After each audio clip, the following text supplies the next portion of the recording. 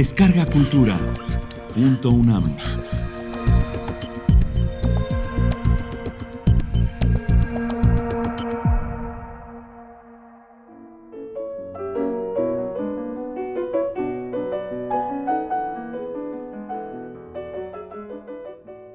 La química de los vínculos afectivos.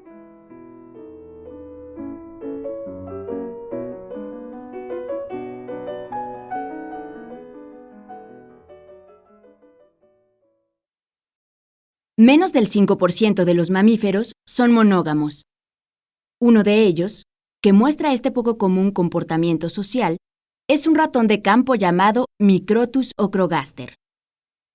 Una vez que se ha apareado, no tiene ojos para otra hembra. La cuida y la protege de otros machos. Cuando nacen los ratoncitos, los machos participan en su cuidado tanto como la madre. Los acicalan, los lamen y los acurrucan.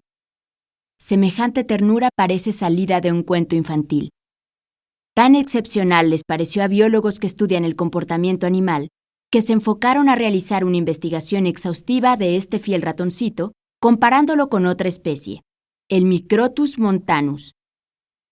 El comportamiento de este último se parece más a la realidad del resto de los mamíferos, algunos humanos incluidos. Los ratones machos de la especie montanus son promiscuos y una vez que han cumplido con su función reproductiva, se olvidan de la madre, de sus hijos, y son totalmente indiferentes a estos. Al hacer una comparación de los genes de las dos especies de ratones, encontraron en el Microtus ocrogaster una mayor activación de aquellos que son responsables de la producción de sustancias que son receptores de dos neurotransmisores, la oxitocina y la vasopresina. En 1954 se descubrió la oxitocina, una hormona que actúa promoviendo la contracción uterina durante el parto y la secreción de leche materna en la lactancia. Esta hormona se produce en la región posterior de la hipófisis, una glándula situada en la parte inferior y central del cerebro. También se encontró que en esa región de la hipófisis se produce otra hormona, la vasopresina, que inhibe la producción de orina, acción conocida como antidiurética. La estructura química de ambas es muy parecida. Se trata de polipéptidos que constan de una cadena de 9 unidades de aminoácidos. Ambas hormonas solo difieren en 2 de estas unidades. Las hormonas son sustancias producidas por una glándula endocrina, así llamadas porque vierten su producto directamente en la sangre y por este medio llegarán al órgano o tejido objetivo en donde ejercerán su actividad, a diferencia de las glándulas exócrinas, que lo depositan en un conducto, como es el caso de las glándulas salivales. No fue sino hasta finales del siglo XX cuando se encontró que la oxitocina y la vasopresina actúan también en diversas partes del cerebro, pero en este caso no se trataba de las hormonas producidas por la hipófisis posterior, ya que éstas no pueden atravesar la barrera hematoencefálica que impide el paso de bacterias y de muchas sustancias que pueden dañar al cerebro. La barrera protectora la constituye el recubrimiento de las paredes de los vasos sanguíneos que llegan al cerebro. Estos presentan un tejido celular muy compacto y unido que solo permite la entrada de nutrientes, oxígeno y algunas moléculas pequeñas, a diferencia de los vasos sanguíneos del resto del cuerpo, en donde este tejido es más laxo y poroso. La oxitocina y la vasopresina cerebrales son producidas por ciertas regiones del hipotálamo y actúan en zonas específicas del cerebro, el hipocampo, la amígdala, el núcleo talámico anterior y la corteza límbica. En estas regiones se procesan las emociones, el comportamiento, la memoria a largo plazo y el olfato. La oxitocina y la vasopresina producidas en el cerebro no actúan como hormonas, sino como neurotransmisores. Estos son sustancias que se producen en los extremos de las células nerviosas y se almacenan en pequeñas vesículas. Mediante una señal eléctrica, la neurona libera al neurotransmisor en el espacio entre ambas células y éste se adherirá a su receptor correspondiente en la siguiente neurona o célula en donde ejercerá su acción específica. Se ha encontrado que las hembras de las especies en que la actitud maternal de alimentar y cuidar a los cachorros es más fuerte, tienen una mayor cantidad y densidad de receptores de oxitocina que aquellas en que el apego entre madres e hijos es más débil. En el caso de los ratones de campo, querendones, Microtus ocrogaster, se encontró que la oxitocina que se libera en el cerebro durante el apareamiento determina un vínculo mutuo entre hembra y macho, lo que se traduce en que el futuro contacto entre la pareja sea placentero y, por el contrario, la separación resulta estresante.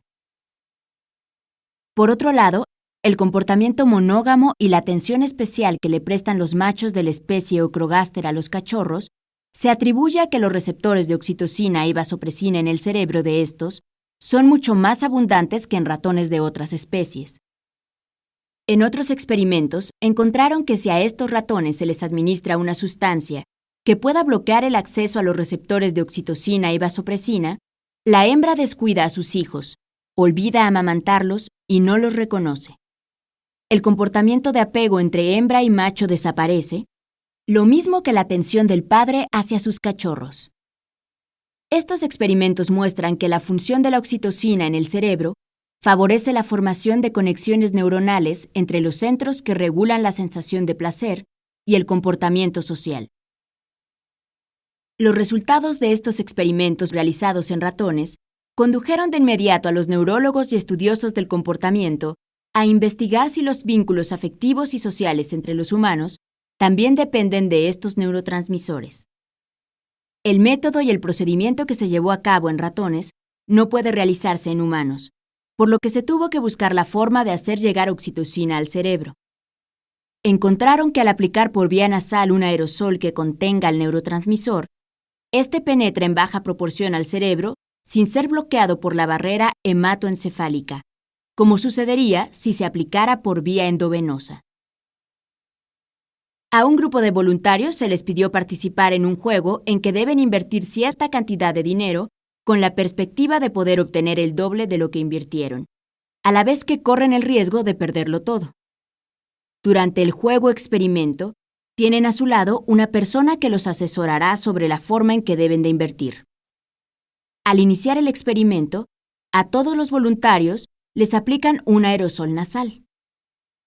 La mitad del grupo recibió una dosis de oxitocina en el aerosol, mientras que la otra mitad solo se le aplicó solución salina. Ninguno de los participantes sabía si su aerosol contenía oxitocina o solo era sal. Al final del juego, algunos ganaron y otros perdieron, pero lo importante de los resultados del experimento fue que los que recibieron el aerosol con oxitocina mostraron una absoluta confianza en el asesor, y para bien o para mal, siguieron sus instrucciones. En cambio, los que solo recibieron solución salina mostraron menor confianza en el asesor y casi siempre actuaron por su cuenta. La confianza es un elemento central en las relaciones humanas. Sin confianza se ponen en riesgo vínculos como el amor, la amistad, el liderazgo y las transacciones económicas y políticas, que son las bases para que una sociedad funcione en forma armónica. Aparentemente, la oxitocina favoreció que se estableciera un lazo de confianza porque reduce el estrés y el miedo, disminuyendo la actividad del lado derecho de la amígdala, la zona del cerebro que regula las respuestas emocionales. La evolución ha desarrollado un mecanismo mediante el cual los animales de una especie diferencian entre amigos y extraños. Cuando a los ratones se les bloquean mediante un medicamento los receptores de oxitocina, estos sufren una amnesia social y dejan de reconocer aún a los de su propia camada con los cuales se observaba un intercambio de juego y comunicación antes del bloqueo de los receptores.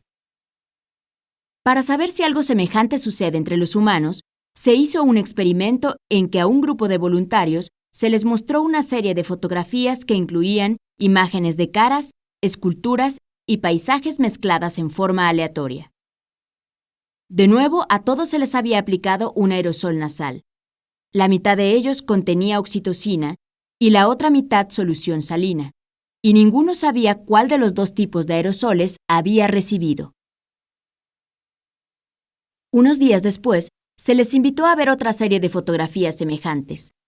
Algunas eran repetidas de la vez anterior y otras eran nuevas, se les pidió que recordaran cuáles fotografías ya habían visto en la serie anterior. Las personas que habían recibido la oxitocina recordaron las caras vistas días anteriores con mayor precisión que los que solo recibieron la solución salina. Sin embargo, no se observó diferencia cuando recordaban haber visto las de paisajes o esculturas. Cuando se trata de diferenciar entre amigos y extraños, los humanos, a diferencia de los animales, nos basamos más en las caras que en los olores. Aunque aún se desconoce el mecanismo por medio del cual la oxitocina favorece el reconocimiento de amigos, se cree que este neurotransmisor se libera durante las interacciones sociales y permite establecer una sintonía entre los participantes. La experiencia muestra que en la interacción entre un recién nacido y su madre, o la persona que lo cuida desde los primeros días de vida, ocurre una liberación de oxitocina semejante. Esta, además de crear un vínculo entre ambos, tendrá una repercusión importante, ya que modulará a lo largo de toda su vida sus relaciones sociales y su vida emocional.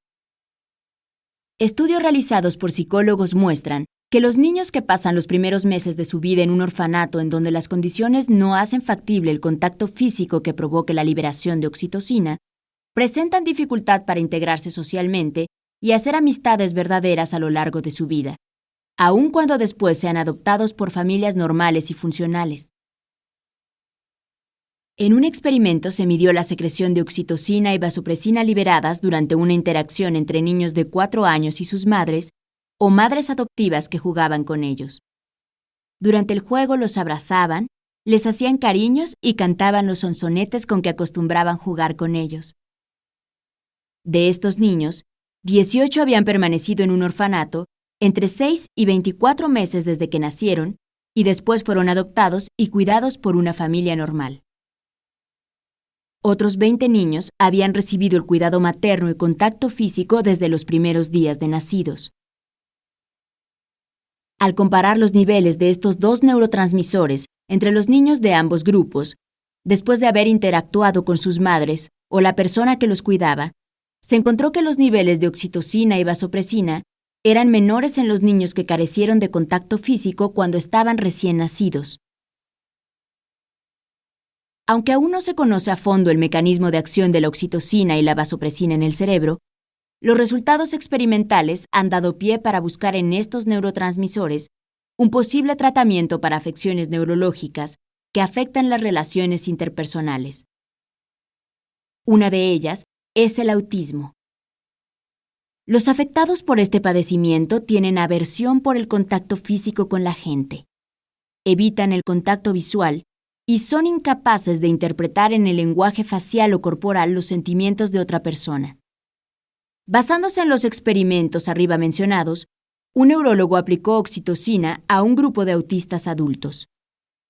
En la mayoría de estos, aumentó su habilidad para reconocer caras e interpretar expresiones faciales.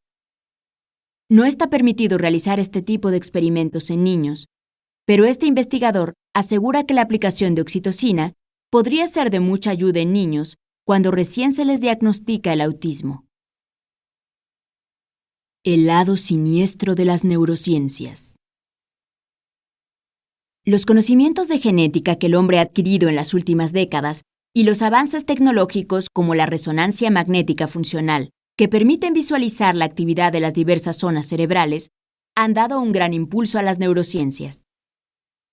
Estos contienen potencialmente la esperanza de nuevos medicamentos para tratar diversos padecimientos neurológicos. Sin embargo, a los avances científicos se les pueden encontrar aplicaciones siniestras. La Academia Nacional de las Ciencias de Estados Unidos recientemente reportó que el ejército de ese país, en un ambicioso programa, está diseñando al guerrero supremo.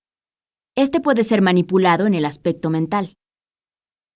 A todos nos es conocida la anécdota de guerra en que un soldado, al ver frente a él a otro soldado enemigo y darse cuenta de que es tan humano como él y que ambos están ahí por azares de la historia, sienten una empatía mutua que les impide matarse el uno al otro.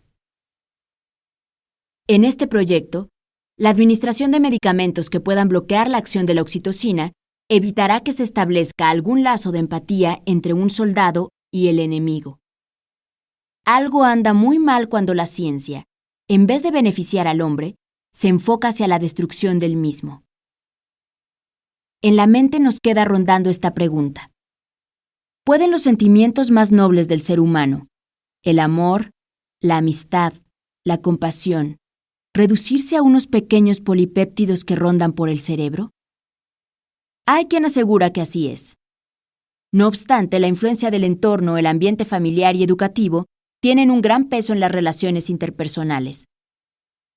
Niños que no tuvieron el cariño y el contacto de una madre al nacer, llegan a vencer sus dificultades de relación interpersonal y alcanzan una vida normal y feliz gracias al ambiente en que crecen. Y quizá eso restablezca el equilibrio de los neurotransmisores que en un tiempo le faltaron.